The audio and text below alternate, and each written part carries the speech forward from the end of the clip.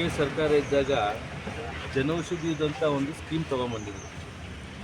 ಅದು 2016ರಲ್ಲಿ ಪ್ರಧಾನಮಂತ್ರಿ ಜನೌಷಧಿ ಸ್ಕೀಮ್ ಅಂತ ಒಂದು ಯೋಜನೆ ಬಡವರಿಗೆ ಭಾಳ ಕಡಿಮೆ ಬೆಲೆಯಲ್ಲಿ ಈ ಔಷಧಿಗಳು ಮತ್ತು ಆಪ್ರೇಷನ್ಗೆ ಬಳಸೋಂತಹ ಎಕ್ವಿಪ್ಮೆಂಟ್ಸ್ಗಳು ಏನಿದೆ ಅದು ಕಡಿಮೆ ದರದಲ್ಲಿ ಸಿಗಬೇಕು ಅಂತಕ್ಕಂಥ ಉದ್ದೇಶ ಇತ್ತಲ್ಲಿ. ಆದರೆ 2025ರಲ್ಲಿ ಇವತ್ತು ರಾಜ್ಯದಲ್ಲಿ ಕಾಂಗ್ರೆಸ್ ಸರ್ಕಾರ ಬಡವರ ವಿರುದ್ಧವಾಗಿ ಬಡವರ ನೀತಿಗೆ ವಿರುದ್ಧವಾಗಿ ಇವತ್ತು ಈ ಜನೌಷಧಿ ಸ್ಕೀಮ್ ಮುಖಾಂತರ ಏನು ಕೇಂದ್ರ ಸರ್ಕಾರದಿಂದ ಎಲ್ಲ ಈ ಔಷಧಿಗಳಿಗೆಲ್ಲ ಕೊಡ್ತಾಯಿದ್ರು. ಈ ಕಡೆ ಒಂದು ಔಟ್ಲೆಟ್ ಮಾಡಿಕೊಂಡು ಒಂದು ಆಸ್ಪತ್ರೆಯಲ್ಲಿ ಕೊಡೋಂಥದ್ದು ವ್ಯವಸ್ಥೆ ನಡೀತಾ ಇತ್ತು.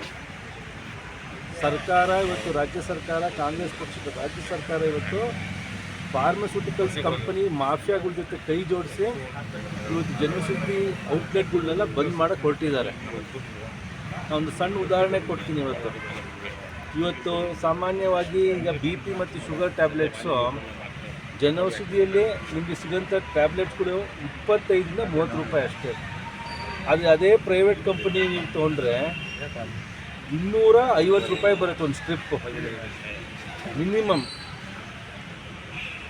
ಹೆಣ್ಮಕ್ಳಿಗೆ ಈ ಸ್ಯಾನಿಟ್ರಿ ನ್ಯಾಪ್ಕಿನ್ಸ್ ಎಲ್ಲ ಸಿಗುತ್ತಲ್ಲ, ಒಂದು ಸ್ಯಾನಿಟ್ರಿ ನ್ಯಾಪ್ಕಿನ್ಸ್ ಅಂದರೆ ಒಂದು 20-30 ಅಂತ ಸ್ಯಾನಿಟ್ರಿ ನ್ಯಾಪ್ಕಿನ್ಸ್ಗಳು ಅದು ಸುಮಾರು 50ರಿಂದ 150 ರೂಪಾಯಿಗೂ ಸಿಗುತ್ತೆ.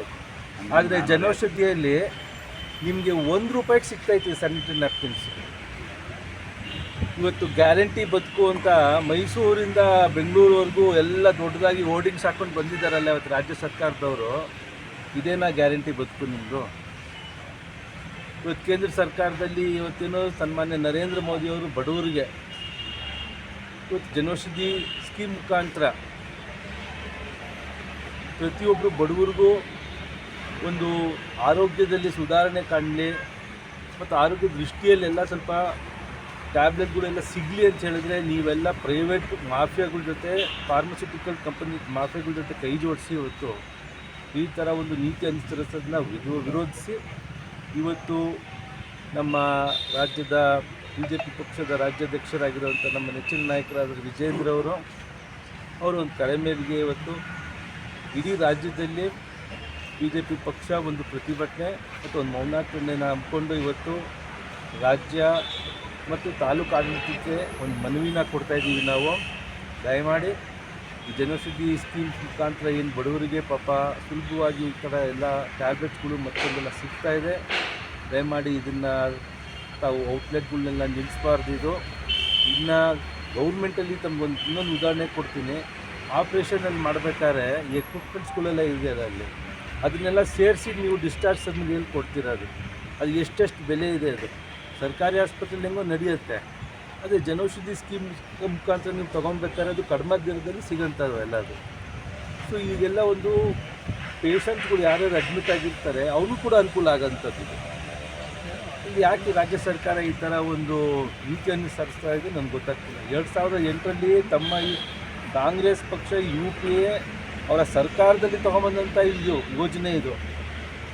ಅದಕ್ಕೆ ಹೊಸದಾಗಿ ಒಂದು ಪುಷ್ಟಿ ಕೊಟ್ಟು ಅದಕ್ಕೆಲ್ಲ ಇನ್ನೂ ಒಂದು ಸುಮಾರು 98ರಿಂದ 100ರಷ್ಟು ಈ ರೋಗ ಹರಡುವಂಥ ಒಂದು ಔಷಧಿಗಳನ್ನೆಲ್ಲ ಇವತ್ತು ಉತ್ಪಾದನೆ ಮಾಡ್ತಂಥ ಟ್ಯಾಬ್ಲೆಟ್ಸ್ಗಳಿಗೆಲ್ಲ ಇವತ್ತು ಜನೌಷಧಿ ಮುಖಾಂತರ ನಾವು ಕೊಡ್ತಾಯಿದ್ದೀವಿ.